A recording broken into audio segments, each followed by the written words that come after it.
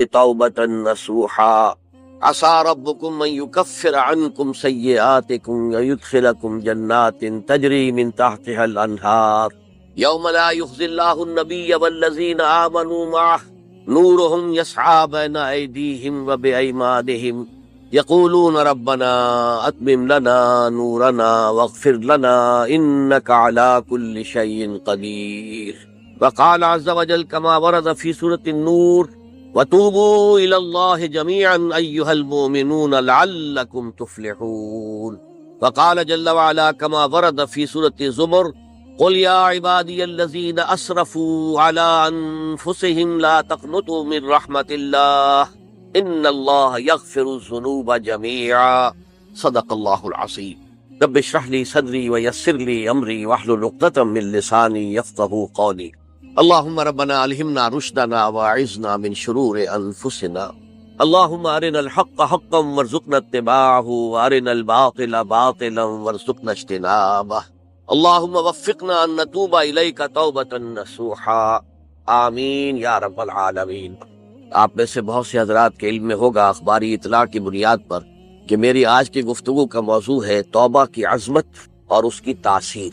اس کا پس منظر یہ ہے کہ پچھلے کئی مہینوں سے میری تقریر جو ہے وہ جو اس وقت عالمگیر حالات ہیں اور جو امت کو خطرات درپیش ہیں اور اس کے ضمن میں جو پیشین گوئیاں احادیث نبویہ میں موجود ہیں، جو میں کم سے کم یوں سمجھیے کہ 25 برس سے بیان کرتا آ رہا ہوں، لیکن اب وہ چشم سر کے سامنے آ رہی ہے۔ پہلے وہ صرف یہ کہ انسان کو علمی اعتبار سے معلوم تھی، اب وہ صورتحال آنکھوں کے سامنے ہے۔ تو اس پر چونکہ گفتگو ہوتی رہی، لیکن ہر مرتبہ گفتگو کا اختتام اس پر ہوا کہ اس کا علاج کیا ہے، بچنے کا راستہ کون سا ہے۔ تو عام طور پر ایک لفظ پر توبہ، البتہ اس میں انفرادی توبہ، اجتماعی توبہ۔ انفرادی توبہ سے انسان اپنے گناہوں کی سزا سے بچ جاتا ہے، آخرت میں اللہ تعالیٰ اسے اپنے عفو و درگزر کا، اپنی رحمت کا، اپنے فضل کا مستحق قرار دے دیتا ہے۔ لیکن دنیا میں قوم کی حالت نہیں بدلتی جب تک اجتماعی توبہ نہ ہو۔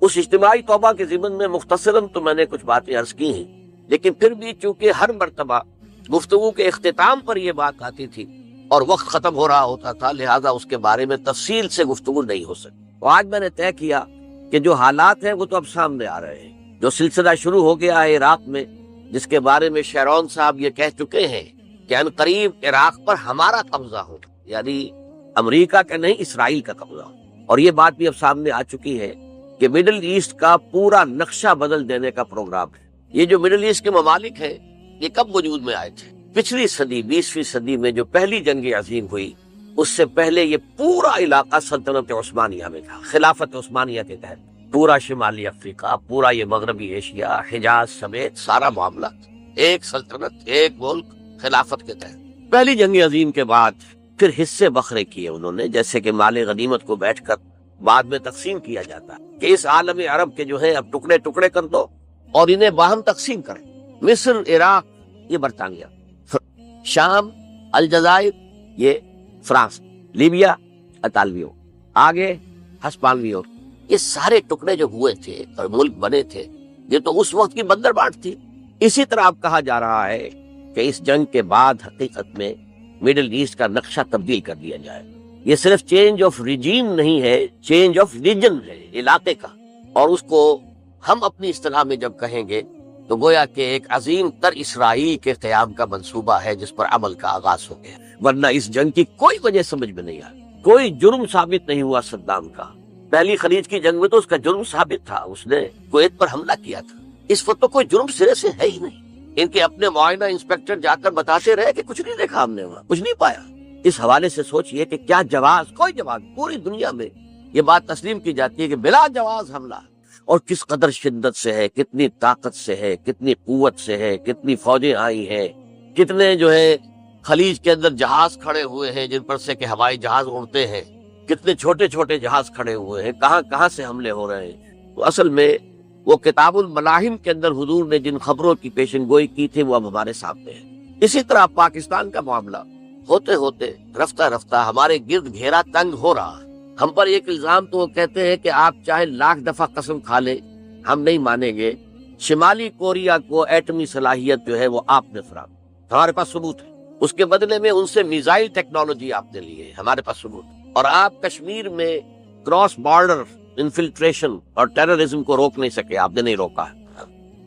اور یہ جو ہے فنڈامنٹلسٹ جو ہیں آپ کے ملک میں سر اٹھا رہے ہیں، 2 صوبوں میں ان کی حکومتیں بن گئی ہیں، اس سے تو اندیشہ ہے کہ کہیں ایٹمی صلاحیت جو ہے آپ کی وہ ان کے ہاتھ میں نہ چلی جائے، پھر تو وہ القاعدہ اور ٹیررسٹ کے حوالے پہنچ جائے۔ لہٰذا حالات جو ہے بہت دگرگوں ہیں، اور یہی وجہ ہے کہ اس کا عکس ہمیں نظر آتا ہے۔ بھارت کا جو طرز عمل ہے اس وقت، جس طرح تھریٹننگ انداز اس کا اس وقت ہے، اتنا اس سے پہلے کبھی نہیں تھا۔ وہ کہتے ہیں کہ جو اصول امریکہ نے اختیار کیا ہے کہ جس ملک سے مستقبل میں کوئی اندیشہ ہے اس پر پہلے سے حملہ کرنے کا حق حاصل ہے، یہ نہیں کہ اس کا کوئی جرم ثابت ہو، ہمیں اندیشہ ہے لہٰذا ہمیں حملہ کرنے کا حق حاصل ہے، تو اسی طرح پھر ہمیں بھی پاکستان کے اوپر حملہ کرنے کا حق حاصل ہے۔ بہرحال میں ان میں اب زیادہ وقت صرف نہیں کرنا چاہتا، یہ چیزیں تو اب رائٹنگ آن دی وال کی حیثیت سے ہماری نگاہوں کے سامنے ہے۔ آج میں چاہتا ہوں کہ اس توبہ کے موضوع پر کچھ عرض کروں، اور اس میں بھی ایک خاص بات جس کی طرف کہ میرا ذہن حال ہی میں منتقل ہوا ہے، وہ آج اس میں یوں سمجھیے کہ اضافی طور پر آپ کے سامنے رکھوں گا۔ دیکھیے، توبہ کے بارے میں قرآن مجید میں بے شمار آیات ہیں، اور توبہ جو ہے ہماری دینی تعلیمات کا ایک اہم ستون ہے۔ میں نے ابھی صرف 3 مقامات سے آیات آپ کو سنائی ہیں۔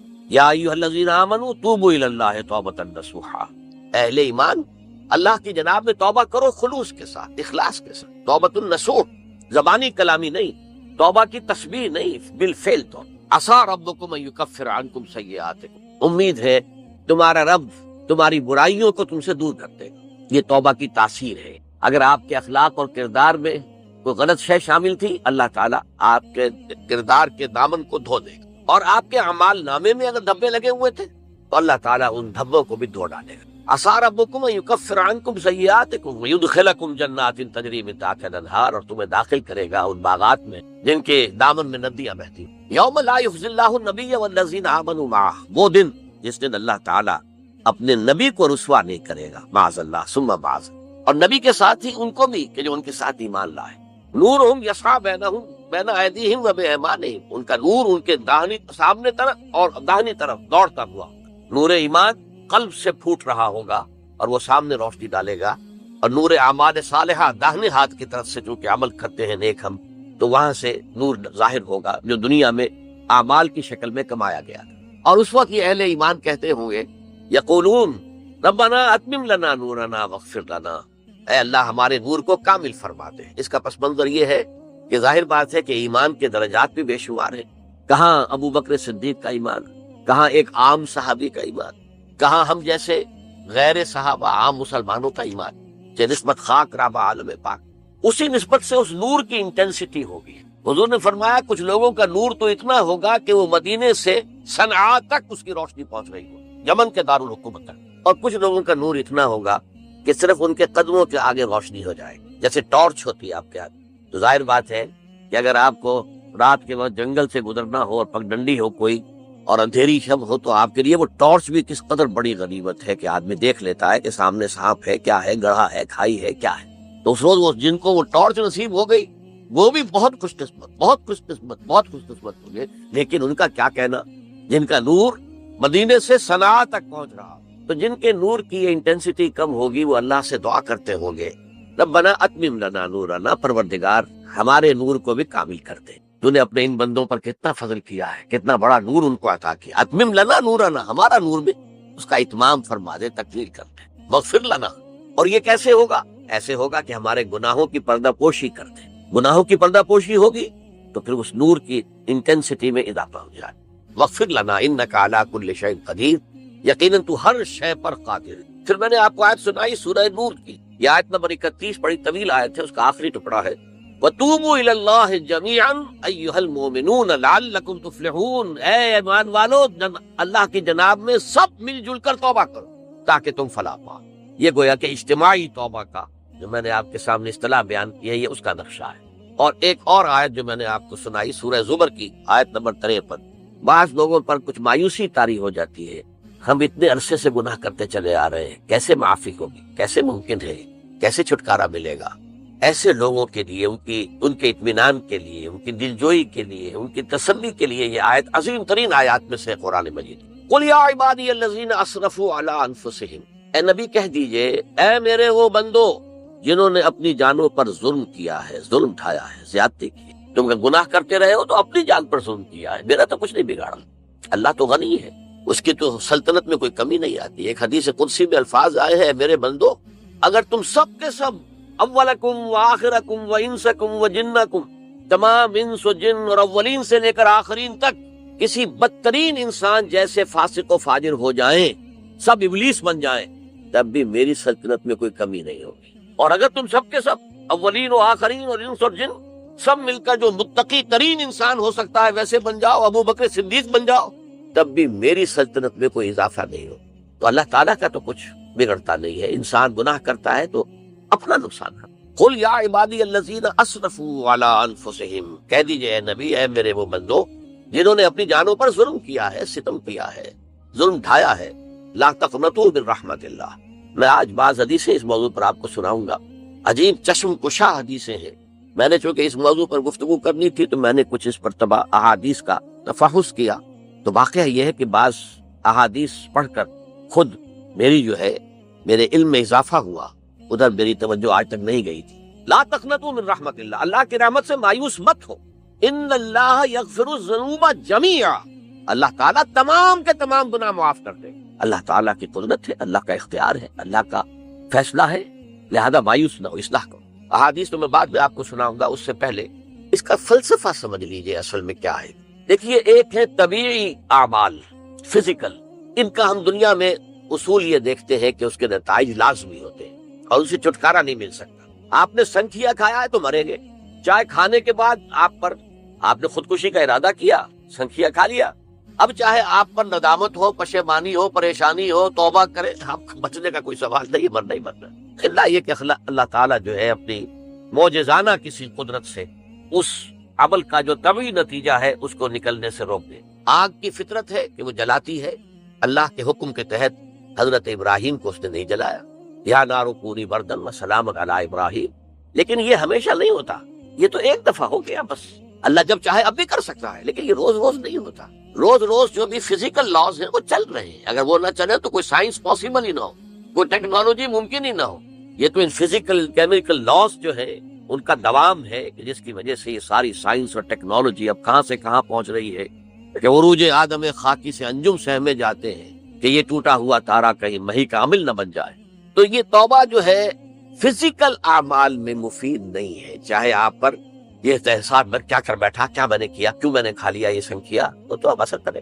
جو اخلاقی اعمال ہے ان کا قانون یہ نہیں ہے، اخلاقی اعمال کے نتائج ختم ہو جاتے ہیں توبہ کے ساتھ۔ یہ ایک بہت بڑا قانون، بہت بڑا قانون۔ ایسا نہیں ہے کہ کسی گناہ سے انسان کی فطرت میں کوئی ایسی مستقل کجی واقع ہو جائے کہ جس کی اصلاح کی کوئی صورت ہی نہ ہو، یہ نہیں ہے۔ بڑے سے بڑے گناہ، بڑے سے بڑے گناہ توبہ کرو، خلوص دل سے کرو، جو اس کے اصول ہیں، جو اس کے قواعد ہیں، جو اس کے ضوابط ہیں، جو اس کی شرائط ہیں، ان کو پورا کرو۔ تو بڑے سے بڑے اعمال، برے سے برے اعمال، میں حدیثیں آج آپ کو سناؤں گا، حیران کو، کیونکہ عام طور پر یہی ہوتا ہے کہ مواعظ میں چونکہ لوگوں کو اصلاح کی ترغیب دلانی ہوتی ہے تو وہ جو انذار کا پہلو ہے اسے زیادہ نمایاں کیا جاتا ہے۔ اللہ کی طرف سے شدید ذو انتقام، اللہ انتقام لینے والا ہے، اللہ سزا دینے والا ہے۔ لیکن یہ دوسرا پہلو جو ہے وہ بھی اپنی جگہ پر بہت اہمیت کا حق کہ طبیعی اعمال کے نتائج اور عواقب اور اخلاقی اعمال کے نتائج و عواقب یہ ایک جیسے نہیں۔ اب اس معاملے میں تاریخ مذاہب عالم میں جو بہت بڑی غلطی ہوئی، تورات